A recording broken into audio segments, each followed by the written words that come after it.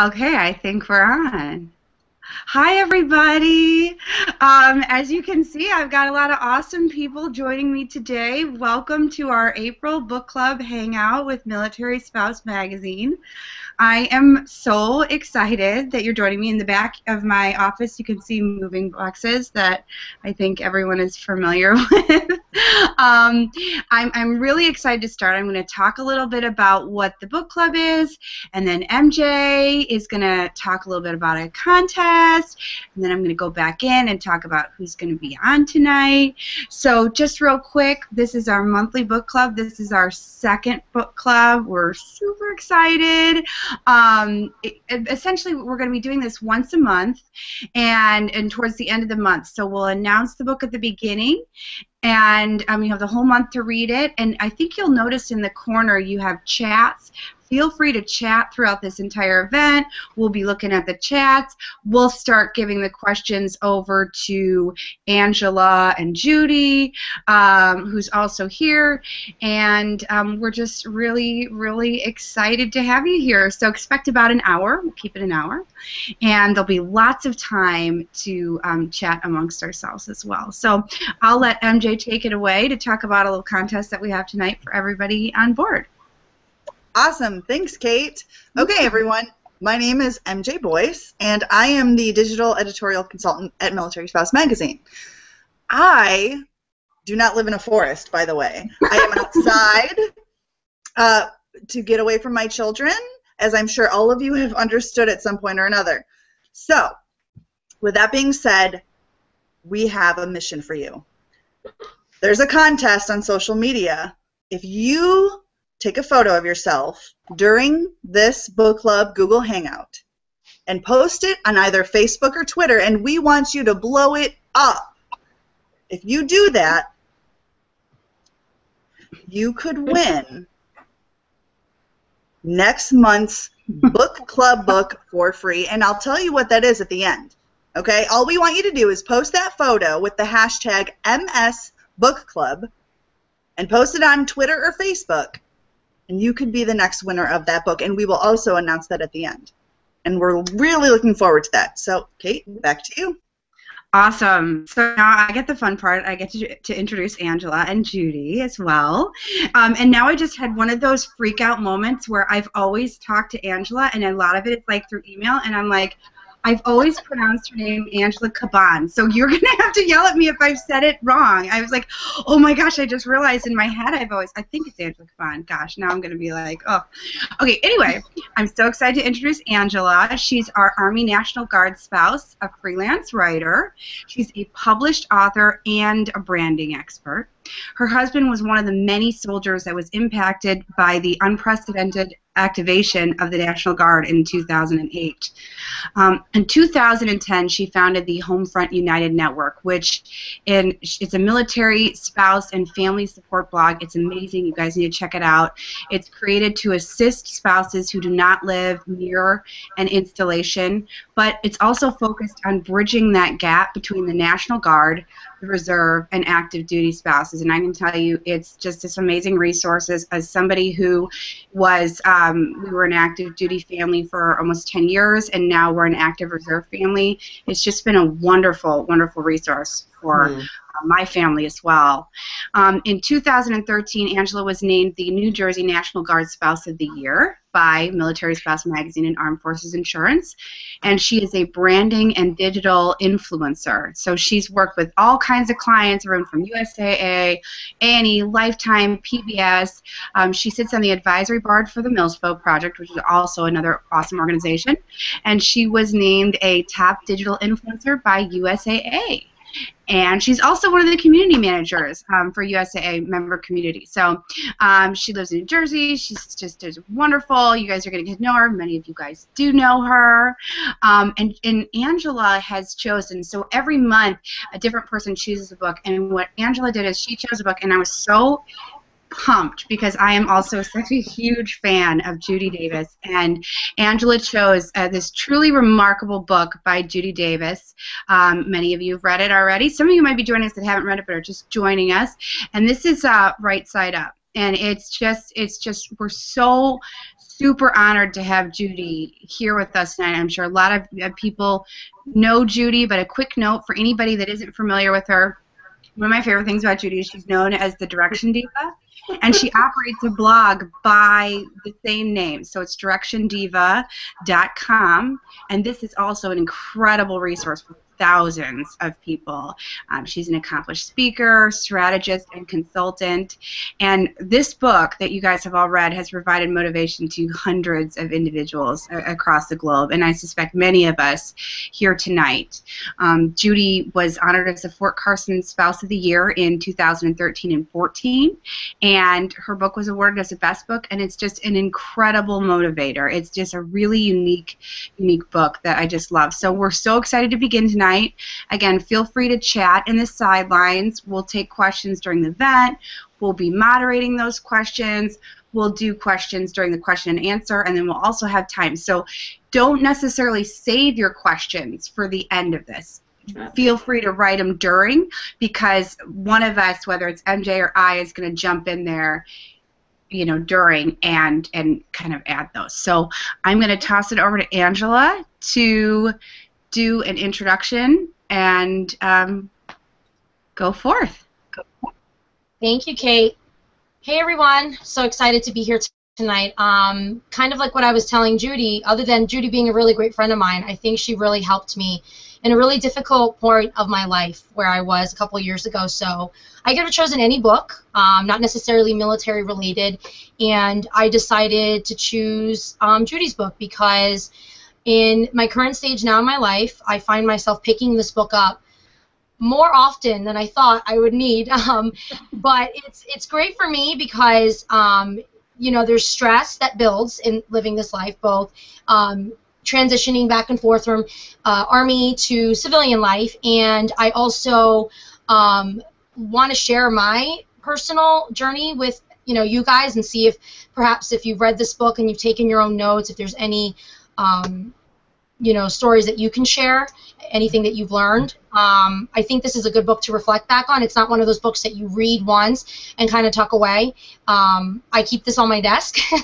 I go back and it just helps me greatly, and I think that going back to that book and seeing my answers, I can reflect on the person that I've was while I was reading the book and writing it, and see myself now as an individual, how I've grown, which is really important, I think, especially for military spouses.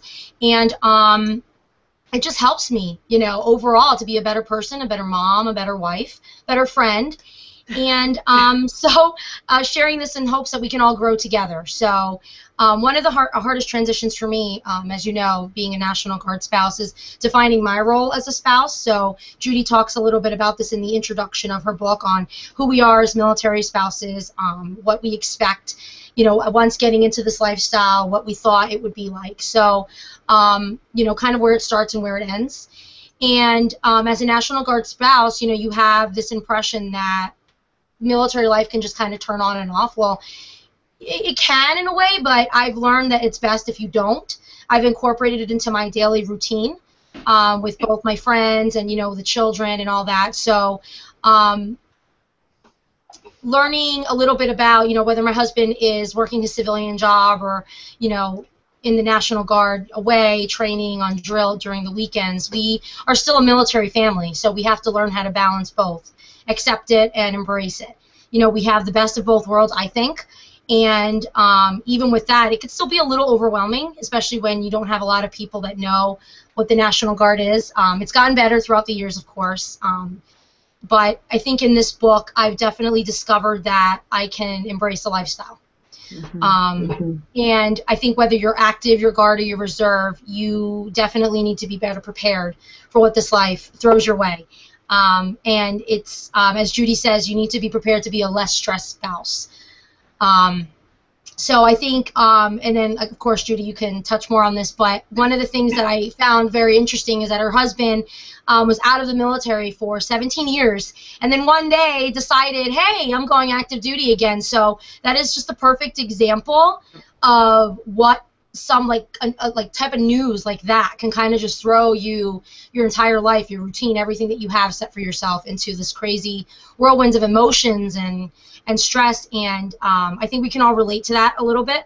I mean, my husband was only out 2 years before he went back in, so it's no comparison to 17 years, but it's definitely something that you have to get adjusted to. So I think that in this book, if whether you've read it or you haven't read it yet, you'll notice that you're going to get motivated, and you're going to be excited to kind of go through each of the chapters and write your responses down, and you're going to love the lessons that you learn. And that's pretty much what I've taken from that. So I'm excited to dive in and discuss this a little more.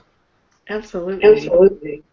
I don't even know what to say after that. It's like I feel like I can just sit back and go, oh my gosh, I'm going to cry in a second, because when I started writing Right Side Up, it was never something that I thought would be received like you just said, Angela, and it's one of those things that makes me excited. And as I use the book myself every day, because I wrote it for myself, because I was such a hot mess.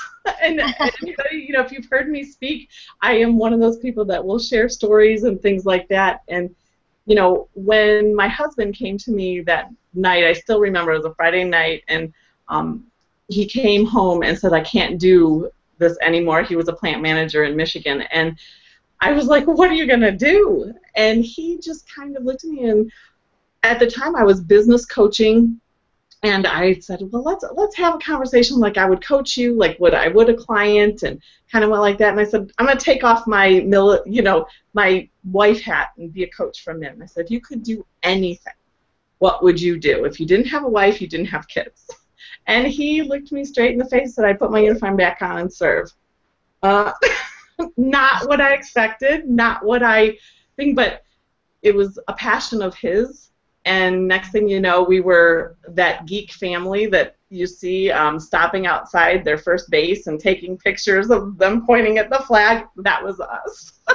So now whenever I see a family doing that, I laugh and just like, welcome to the family, people. Because we were that family. And, I wrote the book because I saw, when I came in, at what I thought would be an easy transition wasn't. I was thinking, gosh, I had been married at the time for, I don't know, almost 18, 19 years or something like that. And I was thinking, gosh, we've been married, our kids are in high school, they're older, this is going to be a cakewalk. And it wasn't at all. And I could find tons of research and things on the logistics of military life, but I couldn't find anything that would help me with the stress and the anxiety and the change and the chaos of this life. And I was so embarrassed. For 3 weeks, I drove around looking for the grocery store. Everyone kept telling me there was a place to buy food on our installation, and I could not find it because I didn't know it was called a commissary. And the stress, it wasn't that wasn't the problem, not knowing what it was. The stress of a whole new life was so overwhelming to me that I couldn't even see the good parts. It took me a long time, and writing is kind of therapeutic. And so I wrote my stories and things and just kind of share that to help the new spouse that is overwhelmed because they can't find the commissary, So that's kind of why I did it, just kind of to help with that emotional side of military life that we so often pretends like isn't a factor. I see so many of us not being real with one another about the struggles of the emotional stuff and how this life can kick our butts if we're not careful. And the book gives concrete tips and tools for alleviating a lot of that. So it was nice to hear Angela say that. That's fantastic. Judy, wow. I swear you just described my entire indoctrination as a military spouse. This is bizarre. But I have a question for you both. I didn't know what to expect. I just kind of fell right into it. But I want you to think back to the day when you became a military spouse. How did that thought, what was that thought, and how did it initially make you feel? Go on, Angela. So, You go. yeah, for me, it was interesting because I knew my husband, I mean, he bled Army. When I met him, he was active duty. That's all I ever talked about. But when we got married, he decided that he was going to take a break from service. He kind of just wanted to explore his nursing career and see what the civilian life had to offer him. So we got married. We had my son. He was out for 2 years, and all of a sudden he goes, well, don't worry, I'm not going to go in active duty, but I'll go Army National Guard. So I was like, okay, that's cool. You know, they don't deploy, right? Huh. So I thought that was hilarious immediately. And initially I thought, okay, I'm not an Army spouse. He drills twice a month. What do I need to get, dive into this community? Until he slapped those orders, and I'm like, wait, you're not supposed to deploy, you're not active duty, so why are they taking you? And so I would say the initial thought of that was that my life was not going to change. Everything was just going to remain the same. We were going to live this happy little family. He was going to serve his country. I'd be very proud of him for doing so, but I didn't think in a million years that it would affect me, and it affected me more in many ways because I took a completely different path to my career, my friends, just everything. I mean, it's all changed for the better, I believe. But, yeah, if you would have asked me that 12 years ago, I would have said never. We're going to still be living in the same place and, living our nice civilian life. So, yeah. Yeah. I would agree with that. It's hard because when you first come in, you don't realize what to expect, and I think I was one of those people that every time he'd walk down in his ACUs, or the flag would be there, or I'd be at some kind of ceremony or something like that, I'd be the one with tears every time, just like, oh my gosh, this is for real. It's like I kept pinching myself, like, when am I going to get back to my real life? It was almost like I was living two separate things and just waiting for things to go back to normal. And I don't think they ever did, which is, that's kind of part and parcel for what we go through. And, I was excited about, moving and things like that. And I was excited of the experiences that we could, and the opportunities that are afforded to military families that aren't, the travel, meeting new people, letting our children experience new cultures and new things. But I didn't realize the toll it took on all of us until much later than that initial part, MJ. So the first day, I think, naively excited is the best way to describe it. And now I'm just kind of... Amen. Both of you. Amen. Yep. Exactly. Well, and you bring up a point. So let's think about between that thought, what your thought at the beginning, thoughts, and bring it out to your expectations and your experiences since then. Now. So now look at the reality of life as a military spouse. Like, how has it differed from the initial expectation? Well, I'm going to jump in here really quick, Angela. I think I learned a lot of really valuable lessons of, one, don't have expectations. Every time, you bring up the words expectations, every time I expect something, I wind up disappointed. If I expect orders to come and they don't come, if I, want to stay where I'm at, that kind of thing happens. But I think it's, a real mixture of things. Would you agree with that, Angela? Absolutely. If I look back to it now, I guess my expectations at the time, like you said, they were, oh, this isn't going to change, and now it's kind of like, wow, boy, did things change. My life is completely, evolved, if you can say.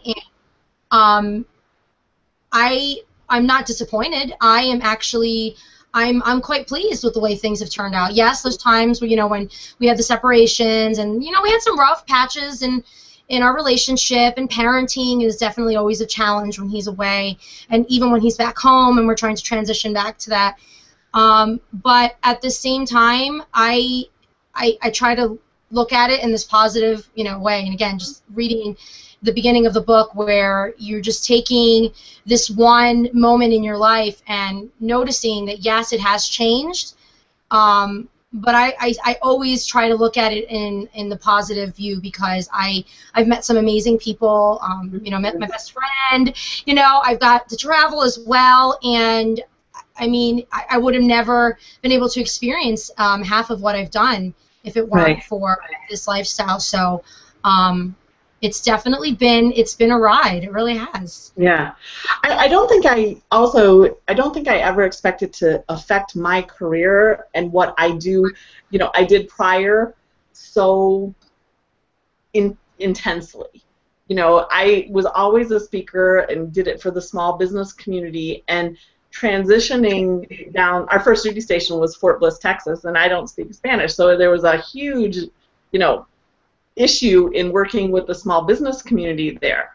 So, it was hard for me to find my place and where I could speak and help and make a difference in the lives of others, because that's the thing that lights me up. And, when I talk to spouses all over the country, it's, the whole employment and personal gratification in a career is so different than what we thought, starting. I think that's a big challenge, that's something that we all face as well. You know what? I completely agree. That is I will personally state that one of my biggest stressors. Absolutely. My question is, what was that cause of your stress? What was that, like, what was the biggest cause of your stress, and how do you deal with it? Like, how do you deal with it in order to achieve personal goals? Like, how do you go about that? Yeah. That's such a, I know for each of us it's a little different, but for me, I think one of the biggest stressors at the time was not really realizing that I needed to reach out to the military community, even though they didn't really understand, my role at the time. It was, back in 2008, and National Guard was really starting to activate. So we lived at the time 3 hours away from the closest installation. And I remember just receiving an email from, like, the FRG, leader, and I would bug her. I would constantly ask her questions. I had no idea with all of these things, and she emailed me back one day and said, you should probably, check out these books, this, and that. And I ordered a bunch of books from Military One Source. I'll never forget it, and I immersed myself in the culture. And again, it's probably really lame to a lot of people now, because, I've read books that were published back in the 70s about the Army spouses, and I just didn't have any idea. I didn't have any friends that were in the military, and then going to my first conference and being the outsider, I had no idea what PCS meant, or, all these other acronyms. So it was definitely a stressful situation for myself to become a part of this community that I felt like an outsider, like I didn't even speak the language, like a foreigner. That was definitely interesting to try and overcome that. But you know what? I looked it in the eye, and I said, you know what? I'm going to make this. I'm going to make this work. I'm going to get out there. I'm going to tell people I need support. And like I said, I've made the most amazing friends in this journey. So I think the important thing to remember is to really just put yourself out there. And if you don't know the answer to a question, just ask. Someone's willing to help. They're willing to answer for you. Right. I think for me, there were two major stressors that I hadn't anticipated. Truly, one was just the lack of being able to establish roots somewhere. Moving across the country so much, it's really, I never feel like I have roots anywhere. And a spouse asked me at the last event I was talking to, it dawned on me the other day that if I died, no one would be able to come. And I hadn't even thought of that before, and I bring it up just because it's like it was something that was such a stressor to her, and I think that so many of us, and I could relate to that whole not having roots and not having that support system that moves with you, and we have to redefine that everywhere we go. And I think Angela touches on it very well, is that reaching out to connect when you're at a new place is so important. And each phase of your journey, that challenge becomes different. At the beginning, it's you're not sure, you don't want to look like you don't understand. And then it's, halfway through, you're like, oh my gosh, if I get to be close to these people, then I just have to say goodbye again, so it's easier not to.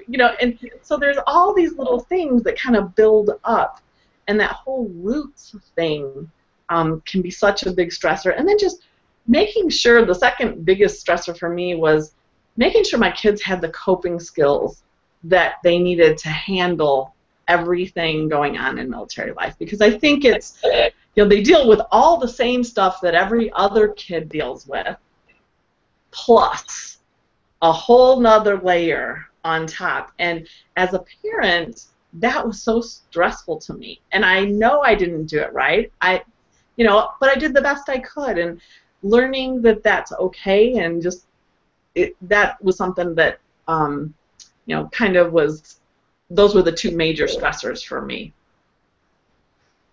So I'm gonna jump in here. I am been kind of hiding the sidelines, but this is one big thing that I always talk about, and this was such a really great part of your book, is that for me, I remember one of the biggest stressors for me was my husband and I had dated, like so many of us, we were long distance. Mm-hmm. And actually we dated, we got married, and he deployed. And we didn't live together until I think 8 or 9 months after we were married. And it was a totally different coast that I'd even ever been to, and I knew nothing. And I remember I left my job, left everything, and then got there, and it's the dumbest stressor, but it always makes me laugh. The first thing they did was hand me this copy of a antiquated parade rest magazine for the Marines. And it was all about, if you're going to host a luau, this is what you can do, and calling cards. And I just remember going, I don't know anyone. I am in the middle of nowhere, and I don't have what this is about, calling cards. And I think about, and then I remember going forward, then, a year and a half later, I remember them. Now, my husband at the time, part of his job is he was leading some of these young kids that were coming in, and all their spouses were coming in, and they were still handing out this book. I mean, I'm sure it's still handed out. And I remember wanting to be no, because I remember all the stress that had caused me. And just, I think it was just, the same thing that you guys both touched on, being the new person, and every place is different. And even if you're on a military base, every location has its different cultures. Right.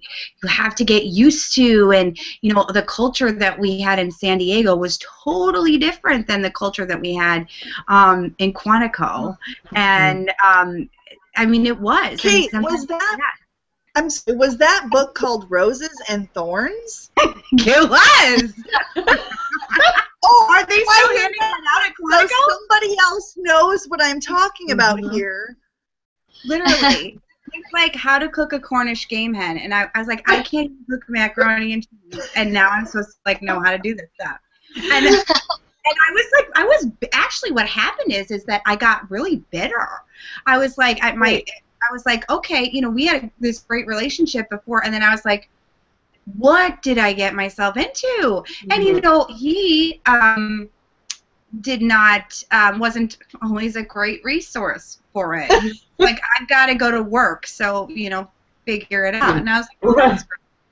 And I also want to share with you guys, we've got 2 questions coming in too, or 2 comments coming in. Katie said, yeah, this is true. Katie in the audience said, I understood deployments for the Navy, but no one ever really explained underways, and that the ship is gone more than just deployments, and that they are gone all the time. That's a totally huge. you guys can all speak to it. I mean, for me, when when we did a B billet, okay, so he wasn't deployable. It was almost like in some ways like weirdly worse because he would be gone for like a week and a half, home for like 3 days, gone for a week and a half. So like same stuff there, and so that is a huge stress. And then Lindsay says that she grew. Hi, Lindsay. She grew up with military, Army, Air Force, and Marines, then married Navy, and had no idea that the lingo was so different. And so she had to sit at tables and just make herself uncomfortable and ask them to explain all the acronyms and civilian words.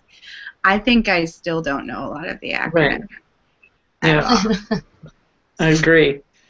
I think that so many, the two comments, it's just so true. We all have so much, and when I wrote a blog post about this a while back about that whole home for 2 weeks, gone for 4, and all of them, in the prep for deployment, they're gone, 80% of the time. And then if you're on a non-deployment year, they're getting all the training in, so they're gone all the time. And that inconsistency just makes for complete chaos, and learning how to communicate with your spouse who's so stressed out as it is when they're doing all that training because they're having to learn and train and teach and lead and all of that. It's hard to be tolerant of their stuff and find ways to deal with it without wanting to kill them. Yeah, I remember when, and it's funny you said that about coming and going, when my husband deployed the first time. It was a long deployment. It was 15 months. So I kind of looked at that like, who deploys for 15 months? That's just ridiculous. But National Guard, because they're not, active duty, always doing PT, going in for training, they leave first for about a good month and a half, and then they're supposed to go right from training to deployment. So he calls me and he's like, come pick me up, I'm at the airport. I'm like, well, why are you not deploying? Oh, I get to come home for a week. Are you kidding me? I already said goodbye to you, and now you're coming back. So talk about stress week, because my son's crying for daddy, excited daddy's coming home, having to say bye to daddy again. So it's kind of like, oh, could just go and stay in a hotel, and I felt awful feeling that way, but at the same time, it's like I just got myself in this routine for that month and a half that he was gone, and I felt like I was really, like, knocking it out, like, ooh, a month's down, 14 more months to go, so it was just, yeah, that's definitely not fun. Right. And I think the way that we cope with a deployment versus training schedules are two totally different. We have, when Jeff deploys, I have my support system that I can contact. I have my friends that help me take a little break. I have my, our routine that Wednesdays I don't cook, it's cereal night, and if the kids have something, popcorn was good for me for dinner. It's just one of those kind of, you get your coping skills and you get your routines down.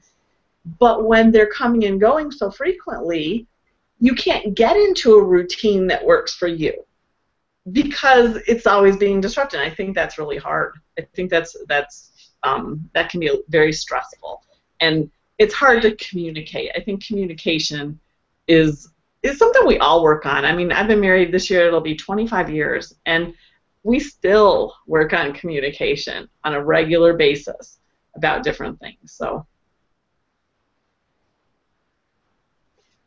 You know what? Communication is something that I think has to be worked on until you are not on earth to speak anymore. Unfortunately, yeah, no, absolutely. With that communication, occasionally comes that brand of negativity. You know what I mean? And I mean, as you could expect that throughout our entire lifestyle, like there's that negativity. Live mantra. It is what it is, but what you make of it, if that makes any sense, because really nothing I could do. I'm a Marine Corps. If the big weenie comes down, that's that. However, it's my choice on how to deal with it. But if you were to take one of negativity in your life and use it use that think method, I suppose, to get rid of that stress. Is it true? Is it helpful? inspiring? Is it necessary? Is it kind? You know, what area would that be? I use that all the time when I am in a social situation, because the thing that drives me absolutely insane is this whole, and I see it online especially, is this whole, you know, someone will be asking for support in something, you know, I'm struggling, my kid is crying all the time, and as a community we go, my life is worse, and we get into this spiral of sharing stories of whose life is worse. And that's when I use that whole thing, and just I'm really careful of who I surround myself with, because it matters. If you're surrounded by people that look at the military lifestyle as something that is a burden and it's not fair and they're always getting the short end of the deal and everything is always dramatic, you miss the opportunities that are existent here. And I know for myself, it can get stressful and it can get crazy busy. And if I'm surrounded by people that go, you know, hey, yeah, but remember yesterday you were dancing the happy dance, or you were doing this and stuff, and that can keep me on task to look at the positive and smell the roses, like my granny said, then I tend to be less stressed and enjoy it better. But as a community, sometimes we get behind that computer and look to social media as our support system, and we're missing the boat in a big way, because you're not being surrounded by anything. You are reactionary and comparing everything going on in your life with someone else's highlight reel. I'm sure I'm not the first person to say that. You know, it's everybody does not have a perfect life. And most people they either share only the highlights or they share only the crap so they can get attention. You know, there's no, you know, it's this whole big spiely-dealy. So, you know, who you surround yourself with can make or break your Army experience, I think, in a big way. So, did we lose Angela? Angela, No, are you with us still, Angela? I'm still here. Can you see me? Yeah. There we go. I can see you now. No, Judy, you took the words right out of my mouth. I think today, you know, the kind of way that we communicate with people, which, again, when you're living so far away from your close friends and your support network, you have that aspect of social networking, and sometimes it can get a little ugly. So what I've done, and again, using the same think method, is I can very easily turn it off. I try not to let those types of comments bother me. I feel sometimes too, again, starting off really young as a military spouse, people weren't trying to be intentionally mean, but with their comments, they just didn't know. So I took that opportunity to educate them, let them know what it is that my husband did, why it was important, and what why I was there. Mm-hmm. So, and again, I've made some great friends out of that, and I joke about it all the time. You know, my best friend now, she had no idea what the National Guard was. You know, sometimes I still have to nudge her and be like, you know, this is what we do. This is, you know, but because it can get a little confusing. So I think just really important, the comparison between life and what everybody's going through, that doesn't matter. You know, we all are going through different things. We all are at a different pace. And, you know, so I think it's just how you can look at it at that situation. You don't necessarily know what that person's going through. Maybe you need to reach out to them and say, hey, how can I help? You know, are you going through anything? Can I help you? You know, do you need to talk? So it's just, it's definitely a very interesting time that we live in, you know, with the Facebook and Twitter and everything that you have surrounding you. It's very busy, nonstop, you know. So turning it off is definitely helpful. Yeah.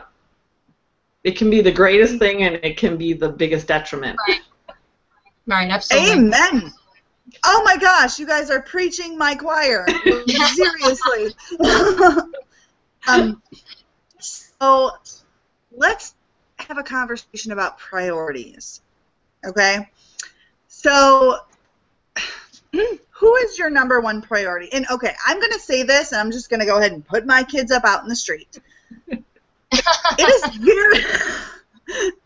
it is very difficult for me to make myself a priority, okay? Because for some reason our culture, and yes, we're a culture, for some reason our culture has this mindset, it feels like, that everybody else and everything else has to come first. Oh, and then we can get some little pie on the back end. Mm-hmm. And I was fine with that for so long until I realized, oh man, I don't have the energy for that. So when you make yourself like your priority, like, you know, you flourish, you become a better person, you know, to every single person around you. Right. But what is it that stops you from making yourself that priority? So what you just said, though, that's wonderful, MJ, because what I see mostly on social media and even just like blog posts, these mommy blog posts that are coming through, is just the judgmental name calling of, oh, if you put yourself on that priority list, you're selfish. You're not selfish. And again, I've seen myself in both stages of having myself on that list and not being on the list, and I am a miserable person when I don't take care of myself. So my family, without a doubt, is my priority, but I am also on that list, and I think that's a really important thing that, you know, anybody needs to remember. And I remember my son, and this is what really, you know, made me say, wait a minute, I'm not taking care of myself. He said, Mommy, when I grow up, I don't want to have any kids. And I said, well, why would you not want to have a family? Well, because I don't want to be stressed like you. So I was like, whoa, am I coming off like stressed? Am I, you know, sacrificing my own self-care to take care of these children who are one day just going to pick up and leave me? What's going to be left, you know, when they're gone and they've established their own lives? So your self-care has to be a foundation of the strength of your family. Because when you take care of yourself, and again, I feel this way, I'm a better wife, I'm a better mom, I'm a better friend. I am just better all around to everybody, you know, in my daily life. And you have to rejuvenate yourself. You have to refuel. And I understand you can get tired, but even if it's something as simple as just staying up a little later and watching TV that doesn't, you know, it's not Nick Jr. or, you know, Disney Jr., whatever, you know, it's just for you, reading, anything like that. How about hashtag scandal? I'm just saying. Oh, sorry. I was going to say, so you just justified my Netflix binges into like the wee hours of the morning? Wow! That falls under self-care, right? Not really, because then I'm tired the next day, so I don't know. But you can see it when you start snapping. Like I know when I'm getting snappy with like my kids or my husband, I'm like, whoa, I need to kind of like rewind here and figure out what I can do for myself to you know, to not be that way. And it's not so much about putting yourself above them. It's just kind of making sure that you're taking care of yourself and you're making yourself a priority. And trust me, your family's going to thank you for it. It's definitely something. And then again, reading a little bit about what Judy is explaining about having a healthy mindset. I forget what chapter that is, but I think that and I learned from that is you can tell when your soul, and I always say this to my husband, he laughs, my soul is aching. You know, I need to do something, even if it's just go to the corner shop and get like a cup of coffee and you stay here with the kids. You need that peace for yourself, you know? Yeah. So, and think about becoming your own caregiver, you know? Right. Well, and that is something that, you know, I think it's a work in progress, making yourself a priority. You know, there are times that I am on my stuff. I am working out regularly, I'm drinking my water, I'm eating healthy, I'm doing all that. And then it all goes to hell in a hay basket, you know, or whatever that saying is. And I get lazier and I eat, maybe, you know, I'm more tired, so I'm, you know, reaching for that, you know, sugar in the afternoon or another latte or something, you know, those things to get me through. And it's only hindsight that I see that when I am working and doing those things that literally flush the stress from your system, you know, and I talk about that, I think it's in chapter 3 you're referring to, Angela. It's that whole process of flushing stress, and it's not just meditating once a week at a yoga class. It's not just that. It's this continuous process of dealing with feelings and emotions as they come up and learning how to, what works physically for you to release some of that. What can you cut from your life? I am not going to cut, a glass of wine on a Friday night with my husband. I enjoy that, and so yeah, MJ's like, preach, girl, preach. It's yes, it doesn't fit a paleo diet or whatever, all of that stuff, but it's just one of those things that it's something I enjoy. So I have to find a different place that I can cut the yuck. Maybe it's toxic people that are draining me more, and that's an area that I really need to set a boundary with. So when you're talking about making yourself a priority, it's really this all-encompassing thing to look at is, who are you around? How do you fill your days? What are you eating and drinking? And, how are you talking to yourself? All of those things compound together, and they kind of work off of each other is the best way to describe it. If I'm working out and doing everything I'm supposed to do to feel better, my self-talk is better. I don't look in the mirror and be like, oh my gosh, look at all the wrinkles, look at the chubby cheeks, look at this. I don't go there because I feel good about myself, and that, kind of gets out there. So, and when I feel good about myself, I'm a better military spouse, and I, like you said, Angela, I'm a better friend, I'm a better wife, I'm a better mom, I'm a better grandma, all of those things. I was just making a mental note. MJ's like, wait, you're a grandma? I saw you, MJ. I was just making a mental note, I actually typed it, go back to chapter 3. No, but seriously, I was just reading this, and I'm sitting here listening to you guys, and I'm realizing that, on the list of priorities, I realize that I think I made myself the last priority. Mm-hmm. And I think that military spouses, whatever gender, are exceptionally susceptible to that. Mm-hmm. Because I will admit that I've always been probably this, stubborn, I can do it myself, I don't want to owe anyone, I can do it, but I think I really exacerbated that when I got married to somebody in the military, where I had to continually do it on my own, to the point of where you don't it becomes hard. You don't even want to ask for help. I mean, because that he or she is busy doing what they need to do. Right. And so when it comes to the kids, because he or she is gone, or and you kind of get used to accepting no, this is fine, I'm fine. You know what I mean? And you're fine. Right. Yeah. And you're fine until you land your butt really sick and are laid out. I mean, yes. And my mother always says that to me. She's like, what's going to happen is you're going to make yourself sick. Yep. And then what are you going to do? Because then, because you have all these little ones relying on you, or you have, other things relying on you. And I know that this is, I don't want to steal the thunder, but one of the questions is that and I know that MJ was talking about this, and she and I were talking about this earlier, is what do you do to take, we've been talking about priorities, what do you do to take better care of you? Mm-hmm. As I bookmark this thing, we say we have to take better care of ourselves, but how do you do that? I need. Right. I said to MJ, I sent her a Skype, and I'm like, this is my therapy. You know what? Totally happened. Totally. Somebody told me that I missed my calling because I should have been one of those television therapists or something, and just take it, a Dear Abby for the modern age or something like that.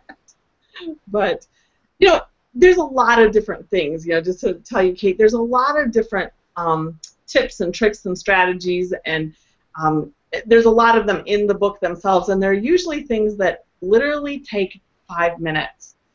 My favorite one that I use regularly is how I spend the last 5 minutes of my day. because I could sit there I lay down in bed, and instantly it's like I could be exhausted, ready to fall asleep on the couch or whatever. I lay down and instantly, bing, and all of a sudden everything I have to do tomorrow, everything I screwed up today, it all starts, whooshing around my head. But if you can literally throughout the day at first when I started to do this, I carried a little 3x5 card in my purse, and every time something awesome happened, or like when my husband came in and, kissed me on the cheek and pinched my butt and said I was hot, I put that down. My kid said, I love you, Mom, I did this. When I do that, and look at those right before you go to bed. Focus on the 5 things that are going right, and read them to yourself so that you get your mind set on all the positive that's happening.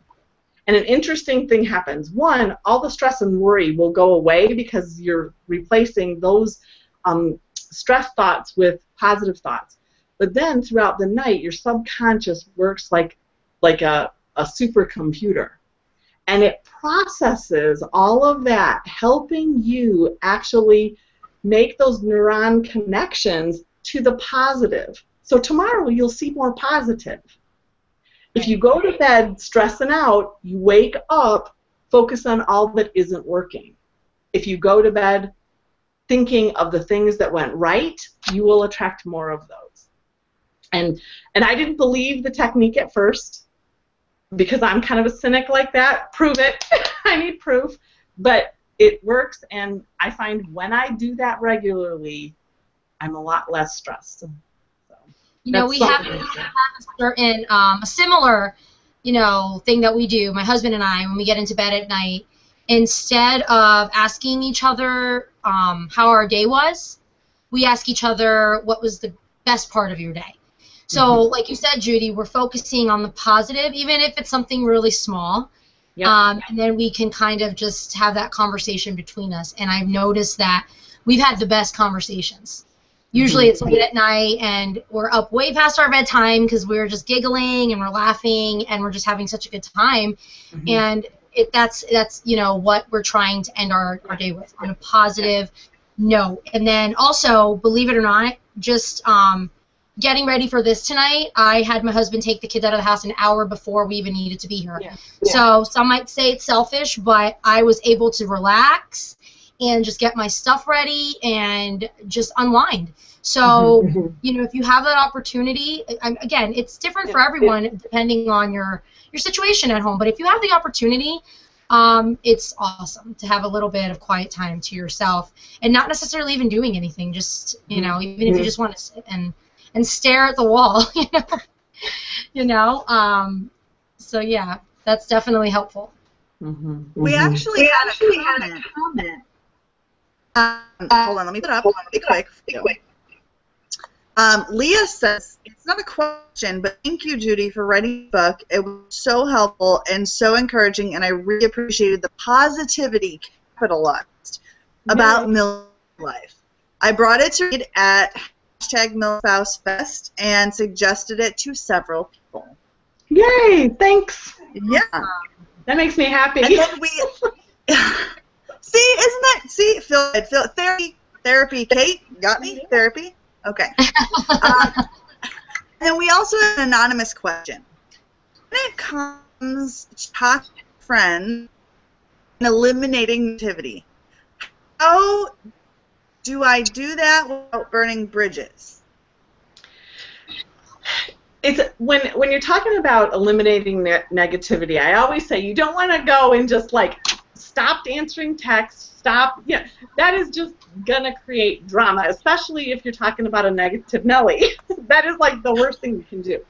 What I suggest is almost like that slow retreat. I think that works best. Become busy doing the things that you love, and if you know that person's going to be there, maybe try and find a different activity that you can do, not all the time, or the minute they start talking negatively, just, I go to the bathroom a lot, I hate to say, excuse me, I'm sorry, I have to go pee again. I drank too much coffee today. And just that walking away whenever negativity happens, it just sends a message that I don't want to participate in drama. And it's not that I'm being rude. I mean, I would say most people, and Angela, we've been at a lot of events together where people are going negative and all this stuff. It's, you know, I might sit there, but I will steer the conversation and change the subject when they start hounding on somebody or judging or things like that. I'll be just like, oh my gosh, I'm sorry to interrupt, but did you see when that one person did this? How cool was that? And just, and maybe it's just me because I'm just out there and put it out there like that, but I find that if you can, you know, slowly change the subject and find other ways and people to spend time with.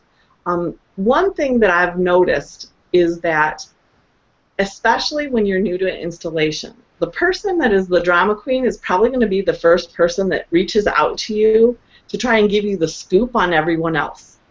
And in your effort to want to be part of or connect with somebody, we tend to be a little less intolerant of that negativity. So we get ourselves in a pickle because that person was our first connection that helped us adjust to being on the base. But now we have this issue of someone draining our energy.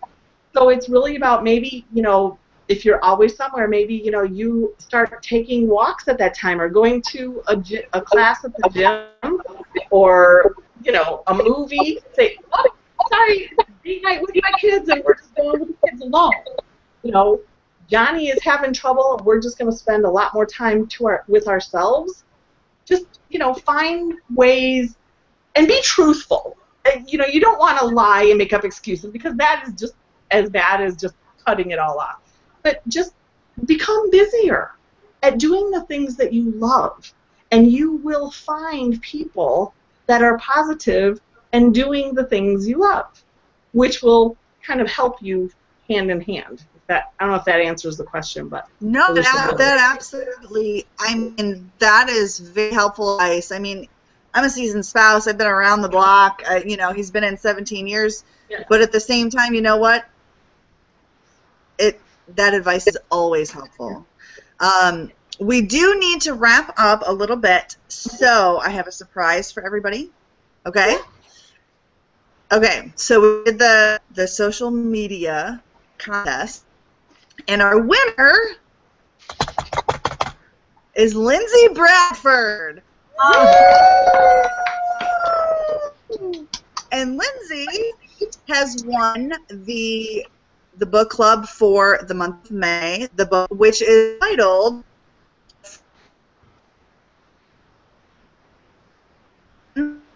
We Keep.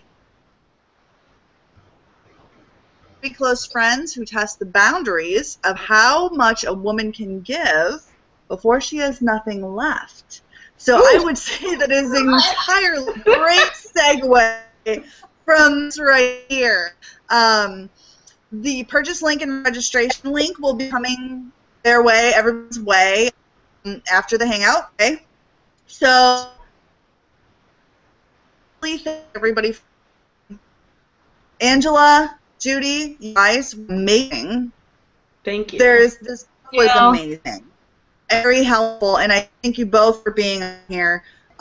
Kate, would you like to say any last words as well? Just thank you so much. You guys are amazing. I love you all. Love you too. Oh, the title once more, just in case. It's called The Friends We Keep, in case it got a little frozen. So it's a really good book, The Friends We Keep, and thank you so much. Thanks, ladies and gentlemen. Bye, guys. Thank you.